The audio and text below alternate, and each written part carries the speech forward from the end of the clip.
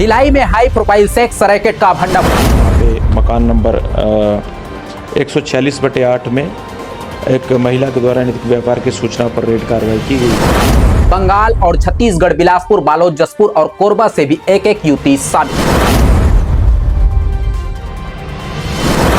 संचालिका गिरफ्तार।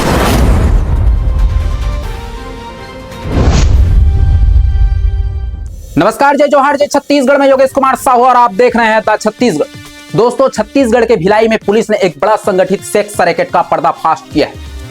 यह रैकेट पिछले 3 महीने से दुर्ग जिले के नेहरू नगर विद्या विहार कॉलोनी के एक किराए के मकान में चल रहा था। पुलिस की जांच में कई चौंकाने वाले खुलासे हुए।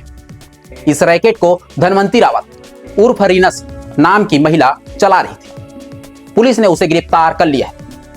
साथ ही एक ग्राहक अमन शेख के खिलाफ भी कार्रवाई हुई। दोनों के खिलाफ इमरोल ट्रैफिक प्रिवेंशन एक्ट यानी पीटा एक्ट के तहत केस दर्ज किया गया है। पुलिस ने छापेमारी में 8 युवती को हिरासत में लिया। इसमें कुछ छात्राएं भी जो पढ़ाई या नौकरी के बहाने भिलाई आई थी। इसमें 2 सिलीगुड़ा और एक दार्जिलिंग पश्चिम बंगाल से थी। छत्तीसगढ़ के बिलासपुर, बालोद, जसपुर और कोरबा से भी एक एक युवती शामिल थी। पूछताछ के बाद ज्यादातर युवती को कानूनी प्रक्रियाएं पूरी होने पर छोड़ दिया गया।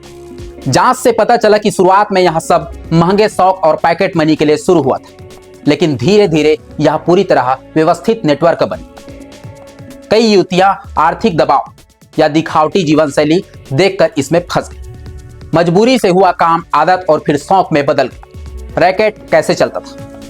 रीना सिंह अपने मोबाइल से युवतियों की तस्वीर व्हाट्सएप पर ग्राहकों को भेजती थी।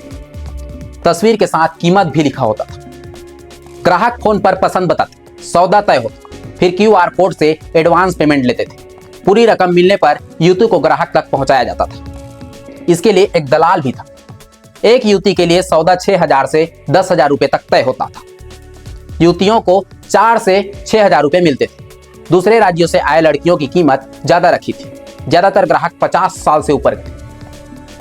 कुछ ग्राहक युवतियों को 2 से 3 दिन के पैकेज के लिए बाहर भी ले जाते थे, जैसे पुरी, गोवा, राजस्थान, विशाखापट्टनम, अहमदाबाद आदि। नजरों से बचने के लिए रीना ने सुपेला क्षेत्र में एक बुटीक भी चला रहा था, सिर्फ दिखावे के। भिलाई नगर के CSP सत्य प्रकाश तिवारी ने बताया कि जांच जारी। रैकेट के तार भिलाई से बाहर भी फैला है, जो पुलिस इस नेटवर्क को पूरी तरह खत्म करने की कोशिश में जुटी है। दोस्तों, यह मामला हमें याद दिलाता है कि आर्थिक मजबूरी और गलत संगत कैसे युवा के जीवन को बर्बाद कर सकती है। समाज में जागरूक और सतर्कता बहुत जरूरी है। अंत में एक संदेश युवाओं से अपील, सपनों को हकीकत बनाने के लिए मेहनत करें, गलत रास्ते से दूर रहें, परिवार और समाज का साथ लें। अगर कोई मुश्किल में हो तो मदद मांगने में संकोच ना करें। सुरक्षित और सम्मानजनक जीवन ही असली जीत है। अधिक अपडेट के लिए बने रहिए द छत्तीसगढ़ के साथ। मैं हूं योगेश कुमार साहू। नमस्कार।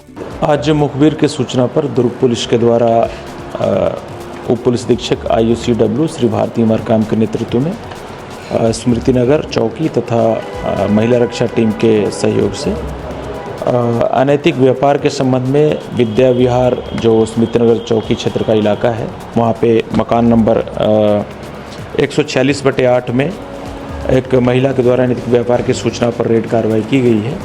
और रेड कार्रवाई के दौरान वहाँ पे अनैतिक व्यापार का संगठित गिरोह चलाते हुए पाया गया है, जिसमें संचालिका धनवंती रावत उर्फ रीना सिंह और उनके साथ एक मौके पे जो ग्राहक था जिसका नाम अमन शेख है, 25 वर्षीय व्यक्ति जो जयंती नगर मोहन नगर थाना क्षेत्र का निवासी है, उसको पकड़ा गया है।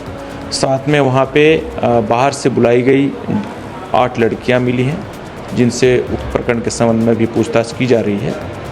प्रकरण में प्रथम दृष्टया जो संचालिका है धनवंती रावत उर्फ रीना सिंह और एक ग्राहक अमन शेख के विरुद्ध पीटा एक्ट के तहत स्मृतिनगर चौकी में एक अपराध कायम किया जा करके और उनको उस प्रकरण में गिरफ्तार किया गया है।